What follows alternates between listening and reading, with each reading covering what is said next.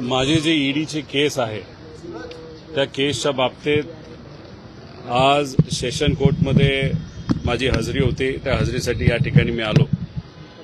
खरं तर ईओडब्ल्यू म्हणजे महाराष्ट्र राज्याची जी इन्व्हेस्टिगेशन एजन्सी आहे, जी माझी केस आहे आणि माझ्याच केसमध्ये अजितदादांची पण केस आणि इतर नेत्यांची केस आहे. ईओडब्ल्यूने सांगितलं की या केसमध्ये म्हणजे बँकेचा जो विषय त्याच्यामध्ये कुठेच काही चुकीचं झालेलं नाही. त्यामुळे ईओडब्ल्यूने ईडीला सांगितलं की आता हा विषय संपलेला आहे आमच्यासाठी. पण आश्चर्य बघा, ईडी काय हा विषय आता सोडेना. 13 तारखेला म्हणजे या महिन्याच्या 13 तारखेला अजितदादा जाऊन कदाचित 15 दिवस झाले असावेत.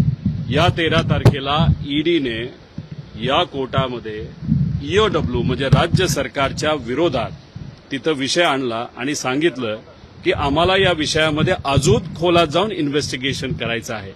आता आम्ही आमचा विषय लढतोय, आम्ही जिंकणार याचा विश्वास आम्हा सगळ्यांना तिथं आहे. कितीही संघर्ष केला, किती आम्हाला आडवं चालले तरी आम्ही तिथं लढत राहू. पण विषय एवढाच आहे, कोडं कधी कधी सुटत नाही की जे लोक आज सत्तेत आहेत त्यांचा सुद्धा विषय ईडी सोडत नाही. हा एक फार मोठा प्रश्न आता लोकांना त्या ठिकाणी पडलेला आहे. आम्हाला कळालंय की 26 तारखेला म्हणजे 26 जानेवारीला हा विषय जेव्हा दिल्लीला गेला होता, दिल्लीकडनं कदाचित सांगण्यात आलेलं आहे की या विषयामध्ये जे जे कुठले नेते आहेत त्यांना अजिबात तुम्ही त्या ठिकाणी सोडू नका.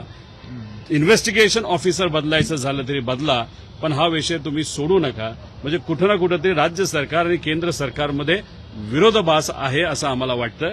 पण ठीक आहे, आमच्यासाठी थोडं सोपं आहे, कारण आम्ही विरोधात असल्यानंतर आम्हाला माहिती आहे की आम्हाला संघर्षच करायचा आहे, कोर्टात लढायचं आहे.